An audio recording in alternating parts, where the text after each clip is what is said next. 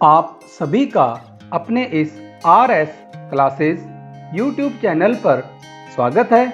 मेरी तरफ से आप सभी को सप्रेम नमस्कार।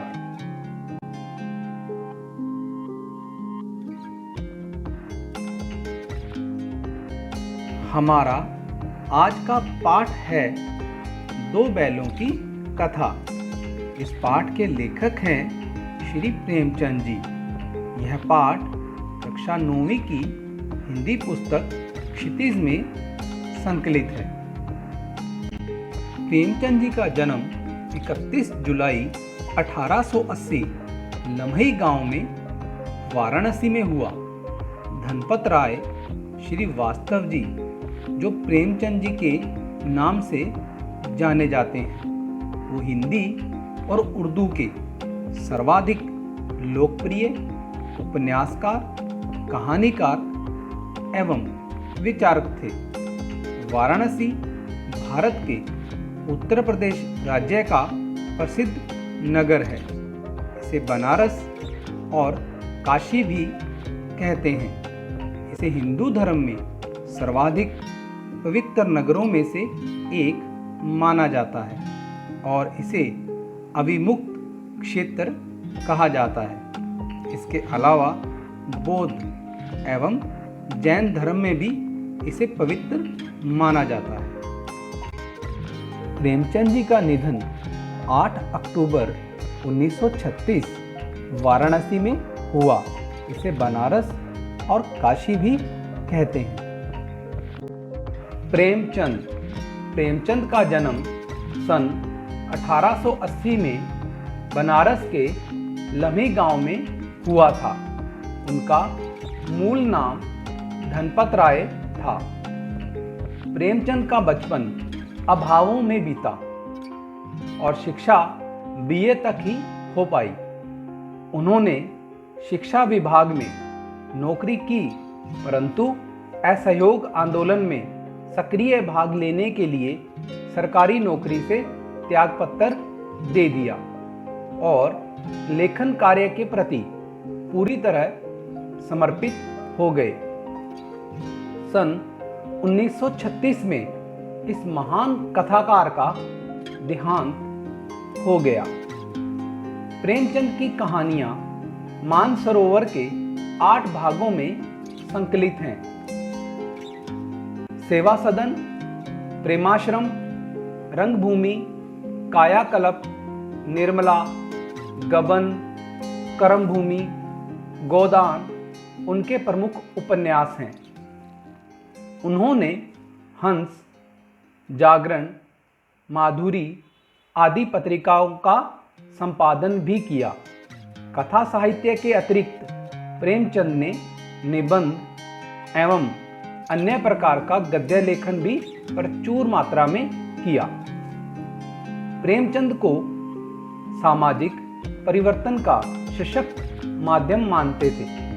उन्होंने जिस गांव और शहर के परिवेश को देखा और जिया, उसकी अभिव्यक्ति उनके कथा साहित्य में मिलती है।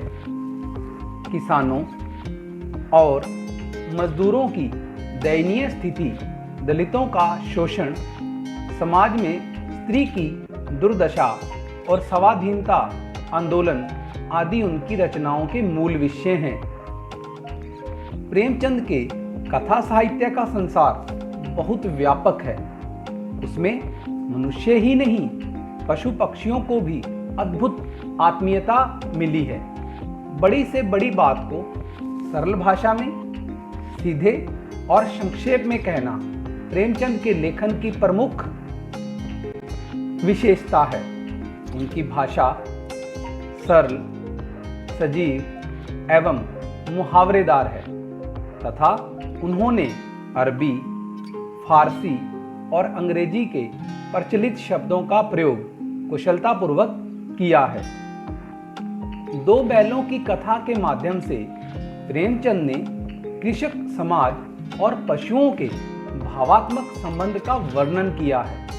इस कहानी में उन्होंने यह भी बताया है कि स्वतंत्रता सहज में नहीं मिलती, उसके लिए बार बार संघर्ष करना पड़ता है। इस प्रकार परोक्ष रूप से यह कहानी आज़ादी के आंदोलन की भावना से जुड़ी है।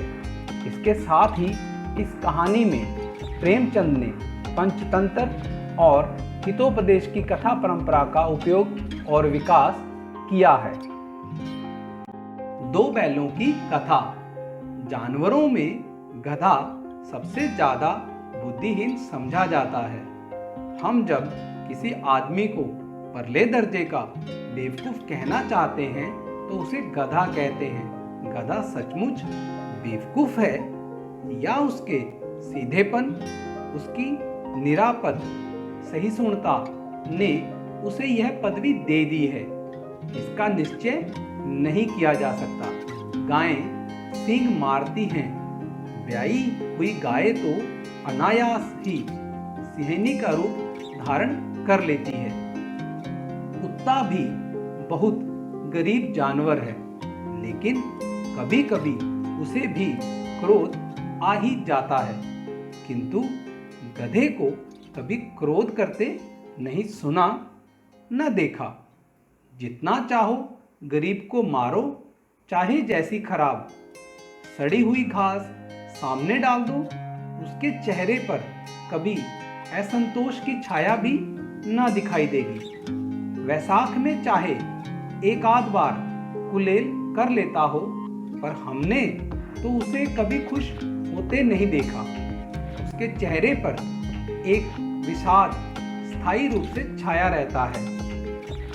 सुख दुख हानि लाभ किसी भी दशा में उसे बदलते नहीं देखा।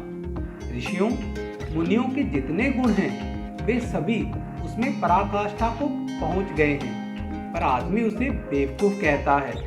सद्गुणों का इतना अनादर कहीं नहीं देखा। कदाचित सीधापन संसार के लिए उपयुक्त नहीं है। देखिए ना, भारतवासियों की अफ्रीका में क्या दुर्दशा हो रही है। क्यों अमेरिका में उन्हें घुसने नहीं दिया जाता।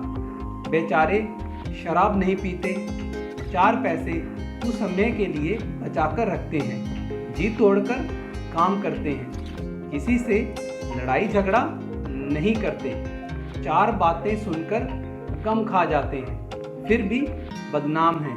कहा जाता है वे जीवन के आदर्श को नीचा करते हैं। अगर वे भी ईंट का जवाब पत्थर से देना सीख जाते तो शायद सभ्य कहलाने लगते। जापान की मिसाल सामने है।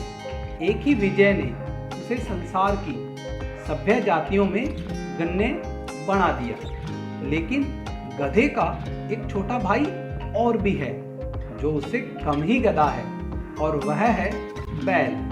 जिस अर्थ में हम गधे का प्रयोग करते हैं, कुछ उसी से मिलते जुलते अर्थ में बछिया के ताऊ का भी प्रयोग करते हैं। कुछ लोग बैल को शायद बेवकूफ़ों में सर्वश्रेष्ठ कहेंगे, मगर हमारा विचार ऐसा नहीं है।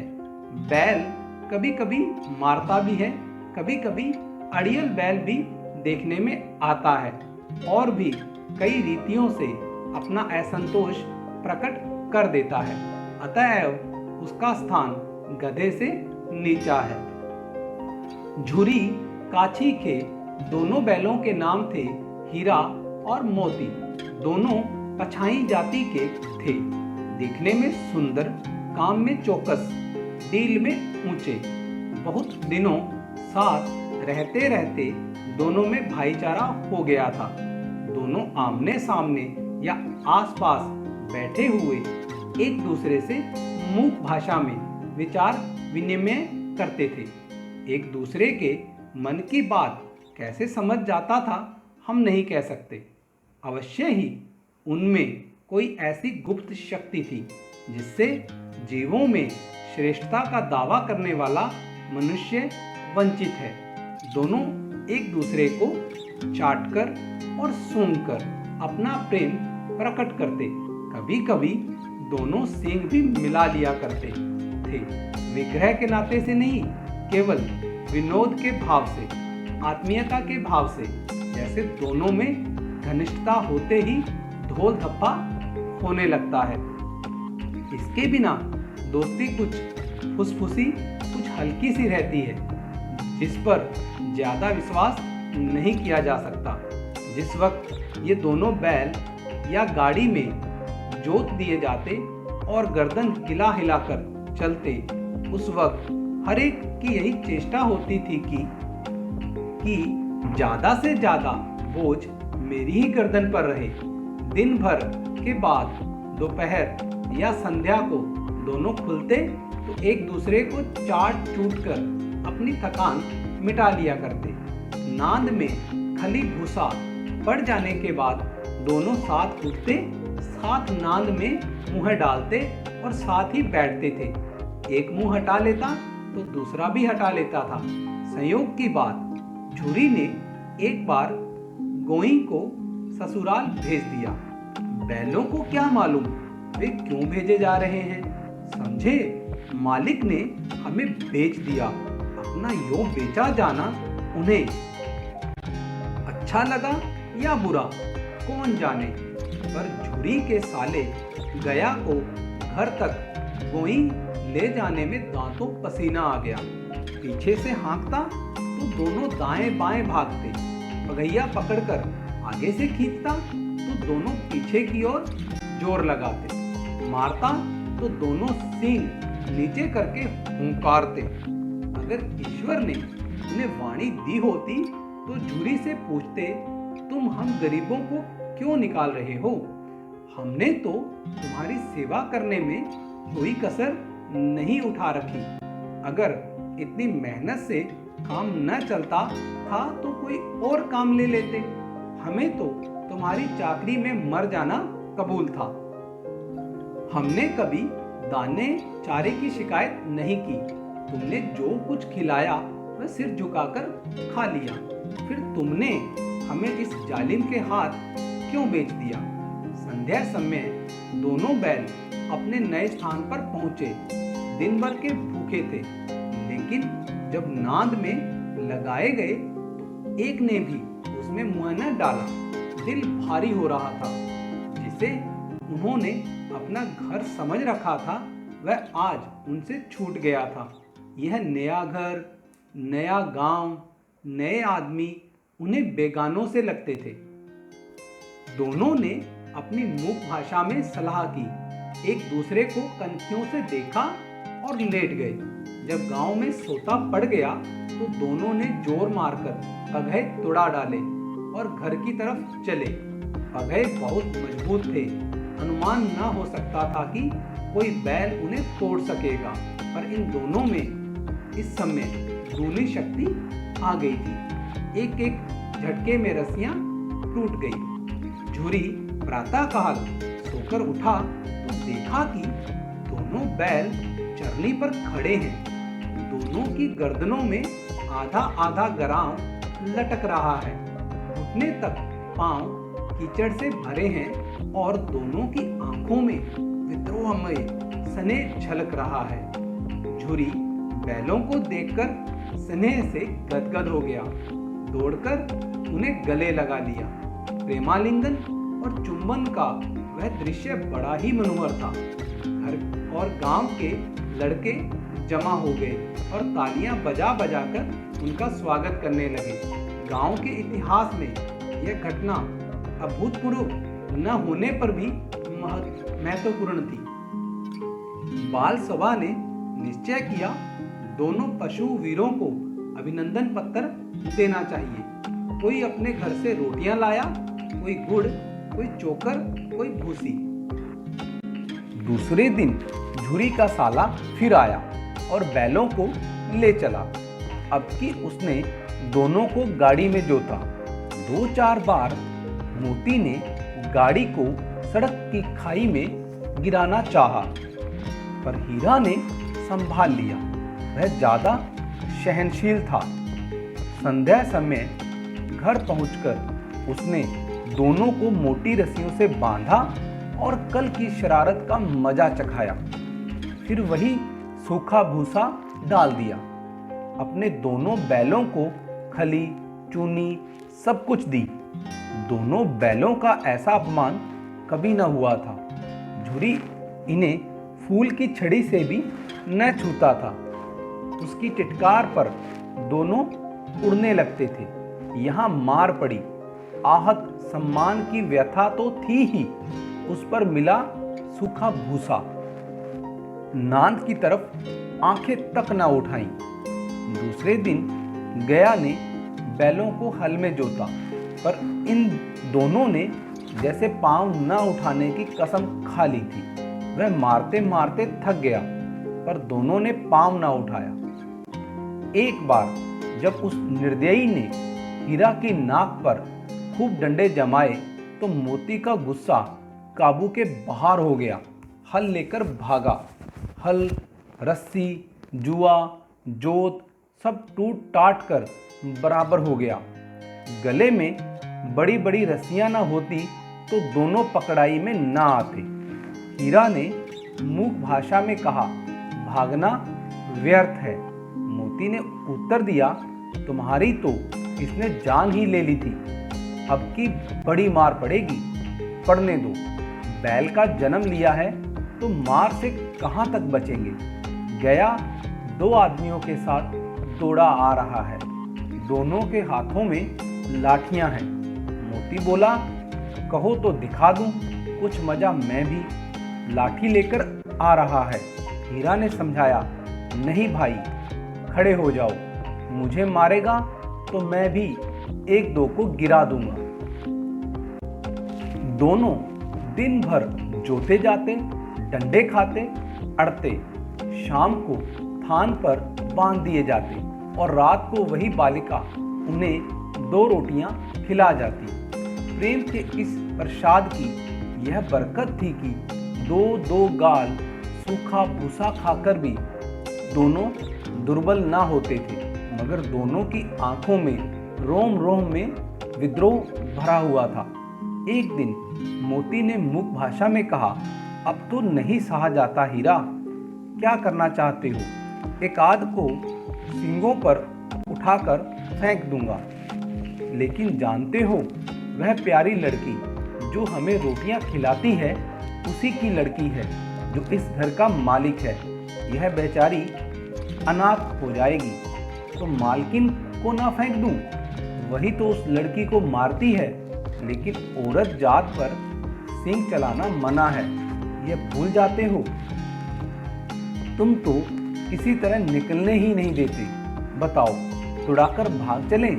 हाँ, यह मैं स्वीकार करता हूँ, लेकिन इतनी मोटी रस्सी टूटेगी कैसे?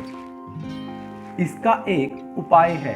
पहले रस्सी को थोड़ा सा चबा लो, फिर एक झटके में जाती है।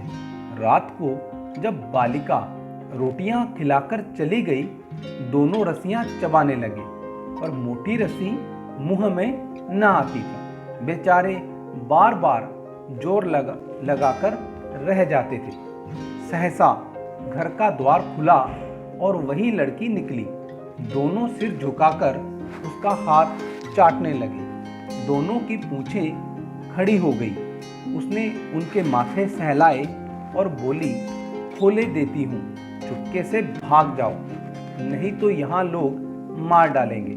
आज घर में सलाह हो रही है कि इनके नाकों में नाथ डाल दी जाए। उसने ग्राम खोल दिया, पर दोनों चुपचाप खड़े रहे। मोती ने अपनी भाषा में पूछा, अब चलते क्यों नहीं? हीरा ने कहा, चले तो, लेकिन कल इस अनाथ पर आफत आएगी, सब इसी पर संदेह करेंगे। सहसा बालिका चिल्लाई, दोनों फूफा वाले बैल भागे जा रहे हैं। ओ दादा, दादा, दोनों बैल भागे जा रहे हैं, जल्दी दौड़ो।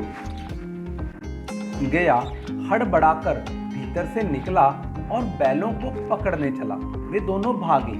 गया ने पीछा किया और भी तेज हुए। गया ने शोर मचाया।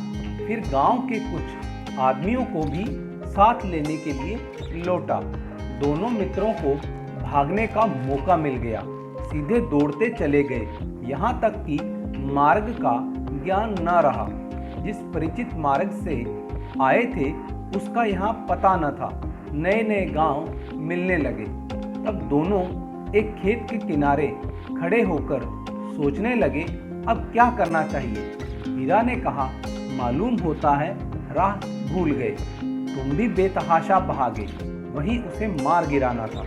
उसे मार गिराते तो दुनिया क्या कहती, वह अपना धर्म छोड़ दे, लेकिन हम अपना धर्म क्यों छोड़ें। दोनों भूख से व्याकुल हो रहे थे। खेत में मटर खड़ी थी, चरने लगे। रह रहकर आहट ले लेते थे, कोई आता तो नहीं है। जब पेट भर गया, दोनों ने आज़ादी का अनुभव किया तो मस्त होकर उछलने कूदने लगे।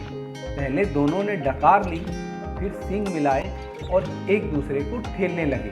मोती ने हीरा को कई कदम पीछे हटा दिया, यहाँ तक कि वह खाई में गिर गया। तब उसे क्रोध भी आया, संभल कर उठा और फिर मोती से मिल गया।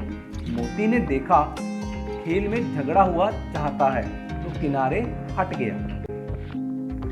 अरे यह क्या, कोई सांड डोंकता चला आ रहा है। हाँ, सांड ही है। वह सामने आ पहुंचा। दोनों मित्र बगलें झांक रहे हैं।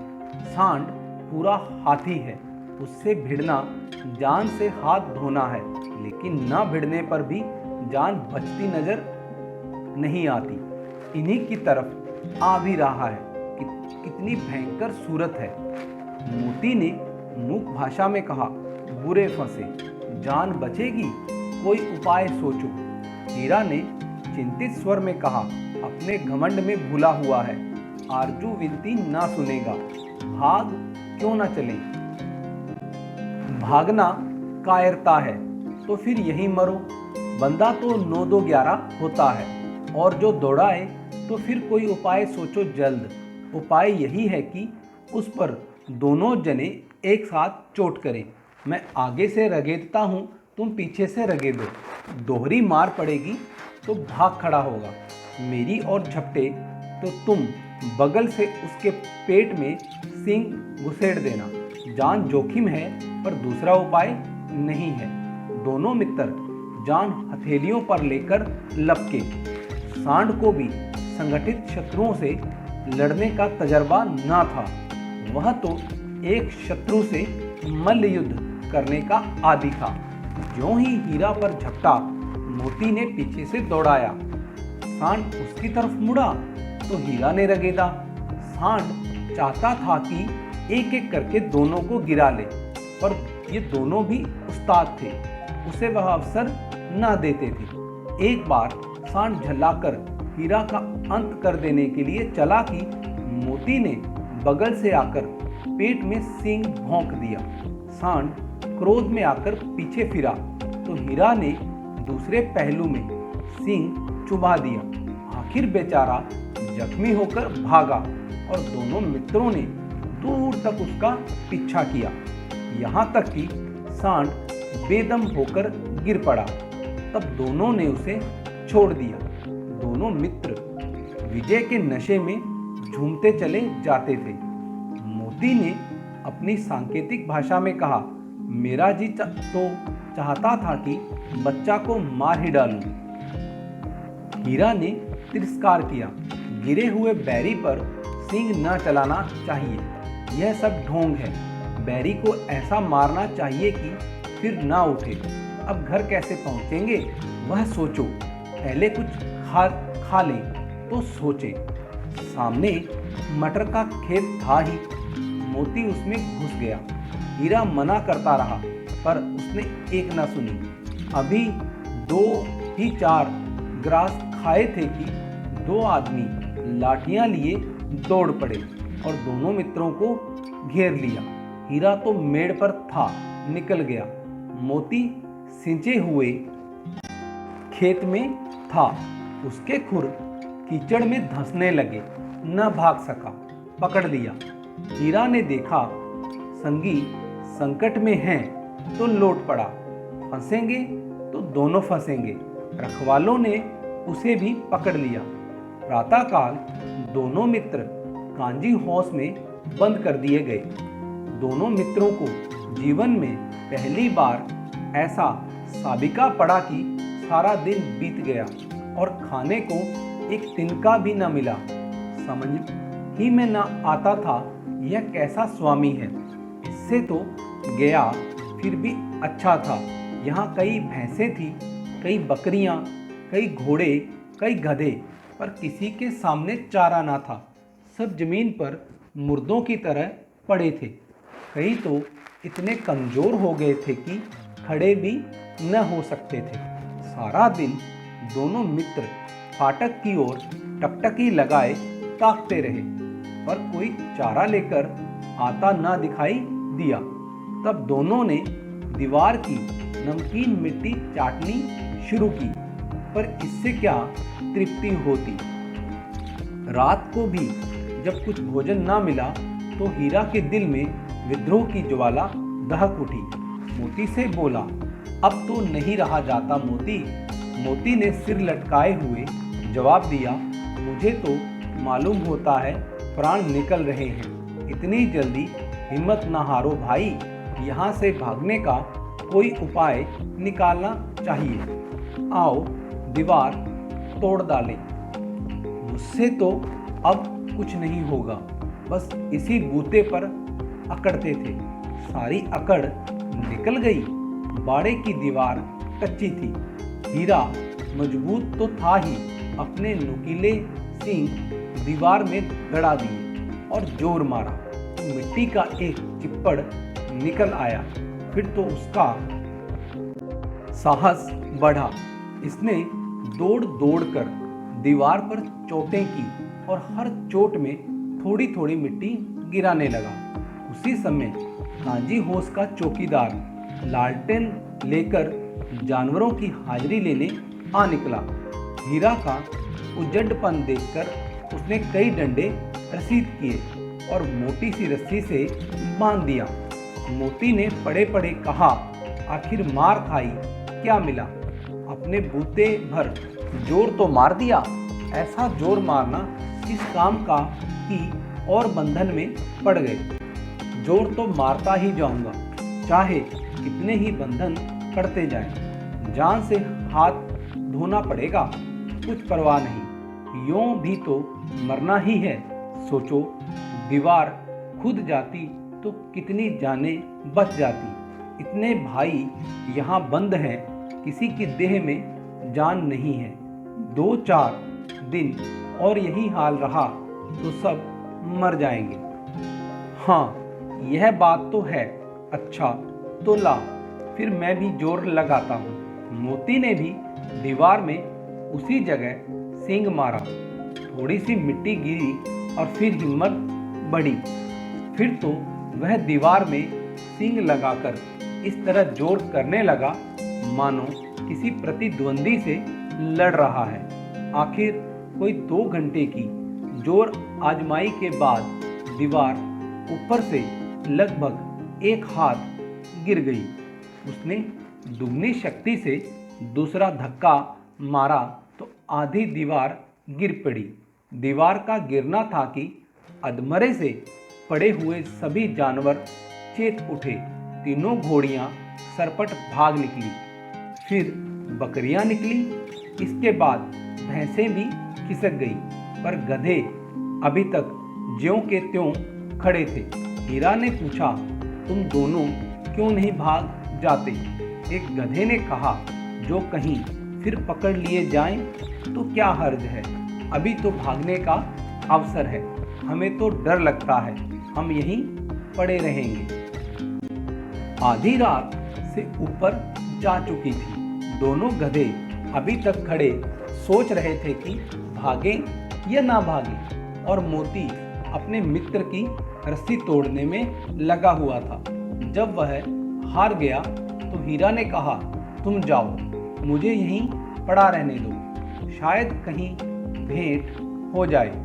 मोती ने आंखों में आंसू लाकर कहा, तुम मुझे इतना स्वार्थी समझते हो हीरा? हम और तुम इतने दिनों एक साथ रहे हैं, आज तुम विपत्ति में पड़ गए तो मैं तुम्हें छोड़कर अलग हो जाऊं? हीरा ने कहा, बहुत मार पड़ेगी, लोग समझ जाएंगे यह तुम्हारी शरारत है। मोती गर्व से बोला, जिस अपराध के लिए तुम्हारे गले में बंधन पड़ा, उसके लिए अगर मुझ पर मार पड़े तो क्या चिंता।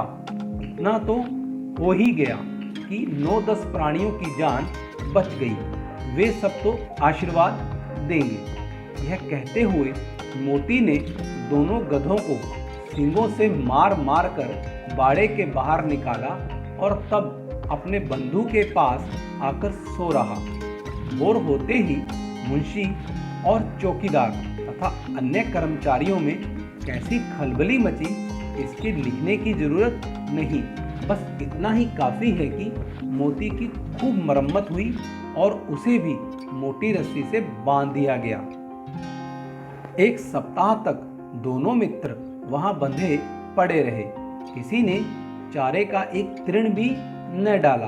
हाँ, एक बार पानी दिखा दिया जाता था, यही उनका आधार था।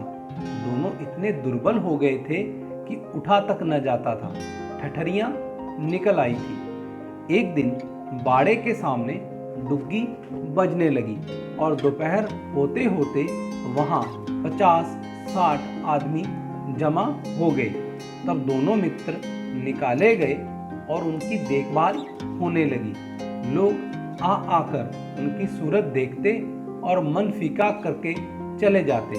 ऐसे मृतक बैलों का कौन खरीदार होता। सहसा एक दड़ियल आदमी, जिसकी आंखें लाल थी और मुद्रा अत्यंत कठोर, आया और दोनों मित्रों के कुल्हों में उंगली गोदकर मुंशी जी से बातें करने लगा। उसका चेहरा देखकर अंतर्ज्ञान से दोनों मित्रों के दिल कांप उठे।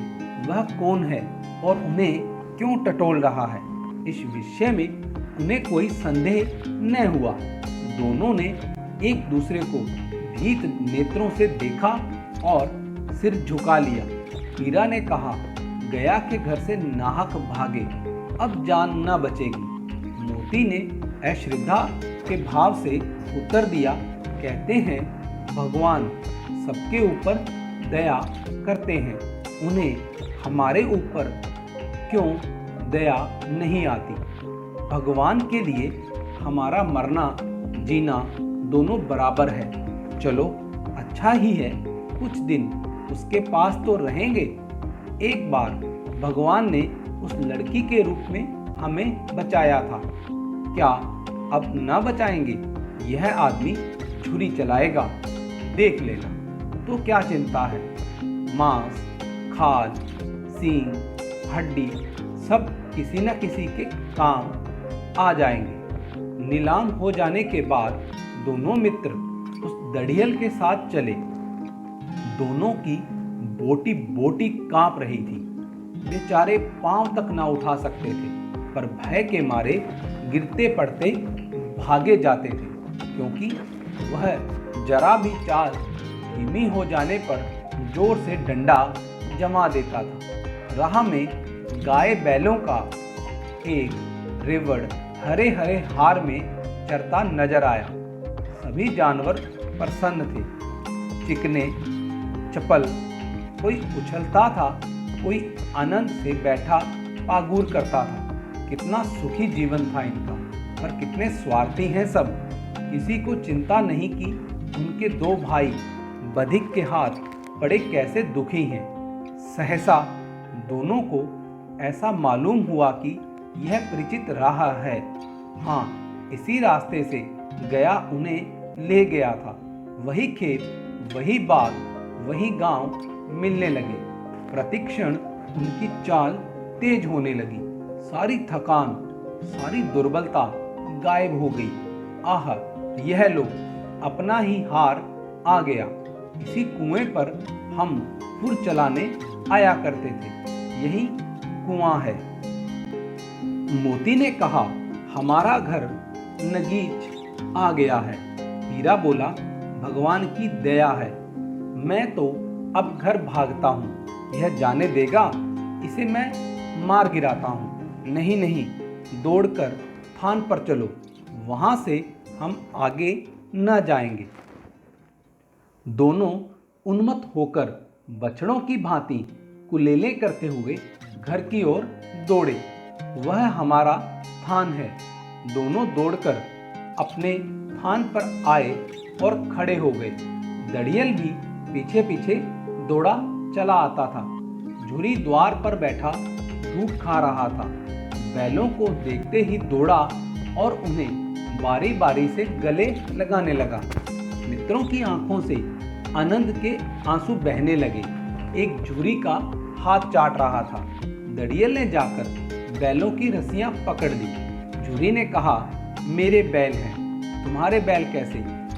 मैं मवेशी खाने से नीलाम लिए आता हूँ। मैं तो समझा हूँ चुराए लिए आते हो। चुपके से चले जाओ। मेरे बैल हैं, मैं बेचूंगा तो बिकेंगे। किसी को मेरे बैल नीलाम करने का क्या अख्तियार है? जाकर थाने में रपट कर दूंगा। मेरे बैल हैं, इसका सबूत यह है कि मेरे द्वार पर खड़े हैं। दड़ियल झल्लाकर बैलों को जबरदस्ती पकड़ ले जाने के लिए बढ़ा। उसी वक्त मोती ने सींग चलाया। दड़ियल पीछे हटा। मोती ने पीछा किया। दड़ियल भागा। मोती पीछे दौड़ा।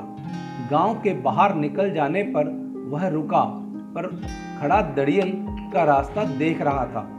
दड़ियल दूर खड़ा धमकियां दे रहा था, गालियां निकाल रहा था, पत्थर फेंक रहा था और मोती विजयी शूर की भांति उसका रास्ता रोके खड़ा था। गांव के लोग यह तमाशा देखते थे और हंसते थे। जब दड़ियल हारकर चला गया तो मोती अकड़ता हुआ लौटा। हीरा ने कहा, मैं डर रहा था कि कहीं तुम गुस्से में आकर मार न बैठो। अगर वह मुझे पकड़ता तो मैं बेमारे न छोड़ता। अब ना आएगा तो दूर ही से खबर लूंगा, देखूं कैसे ले जाता है। जो गोली मरवा दे मर जाऊंगा और उसके काम तो न आऊंगा। हमारी जान को कोई जान ही नहीं समझता, इसीलिए कि हम इतने सीधे हैं। जरा देर में नांदों में खली, भूसा, चोकर और दाना भर दिया गया और दोनों मित्र खाने लगे। झुरी खड़ा दोनों को सहला रहा था और 20 लड़के तमाशा देख रहे थे। सारे गांव में उत्साह सा मालूम होता था।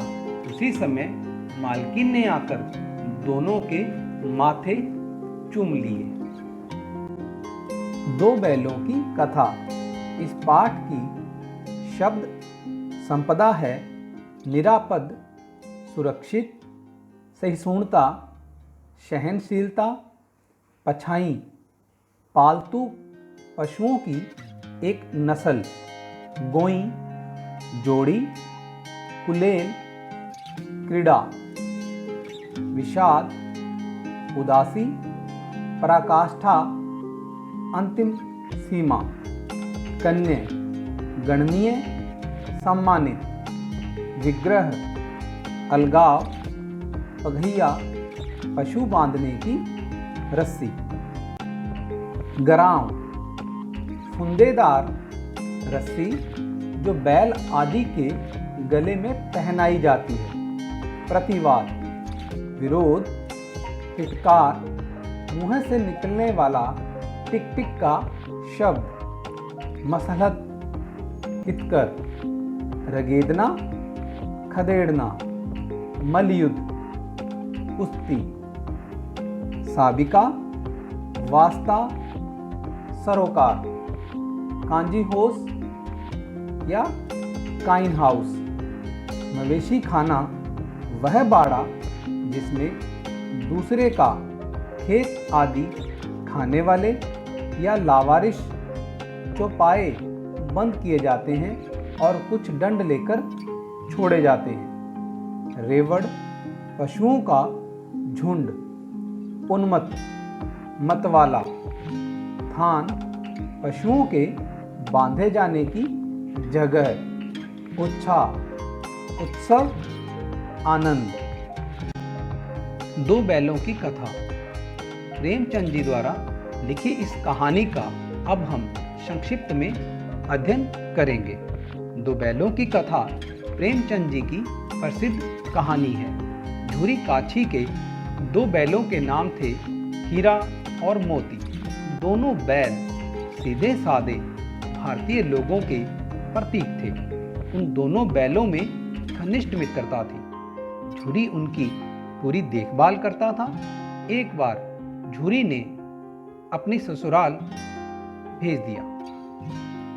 तब हीरा मोती ने समझा कि उन्हें बेच दिया गया है। इस कारण मौका पाकर वे दोनों बैल वहां से भागकर वापस आ गए। उन्हें फिर झूरी के ससुराल भेजा गया। इस बार भी वे वहां से भाग गए। मार्ग में एक खेत में चरते हुए पकड़े जाने पर उन्हें कांजी हाउस में लाया गया। वहां से उनकी नीलामी की गई और एक दड़ियल कसाई ने उन्हें खरीद लिया। कसाई के साथ चलते चलते दोनों बैलों को उससे डर लगने लगा। रास्ते में जब उन्होंने अपने खेत खलिहान तथा खेत के रास्ते को पहचाना तो दोनों भागकर अपने मालिक झूरी के घर आ गए। अपने प्यार करने वाले मालिक और अपने थान को पाकर वे खुश हुए। झूरी ने उनके पास चारा डाला तो उसकी पत्नी ने उनके माथे चूम लिए। इस प्रकार दोनों बैल प्रसन्नता से रहने लगे। प्रेमचंद जी द्वारा लिखी यह कहानी अप्रत्यक्ष रूप से अंग्रेजों की दास्ता से मुक्ति की कहानी है और इसमें हीरा मोती क्रांतिकारियों के प्रतीक हैं। जिस समय यह कहानी लिखी गई उस समय भारत में स्वतंत्रता आंदोलन चल रहा था। अपनी बात को खुलकर न कह सकने के कारण प्रेमचंद ने 2 बैलों के माध्यम से आज़ादी की लड़ाई की ओर संकेत किया।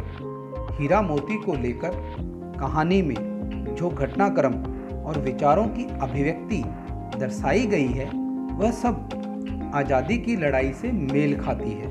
जहाँ झूरी का घर स्वराज्य आज़ादी का और गया का घर पराधीनता गुलामी का प्रतीक है, वहीं हीरा अहिंसा और मोती क्रांति का प्रतीक है। अंत में इन दोनों की विजय बताई गई है।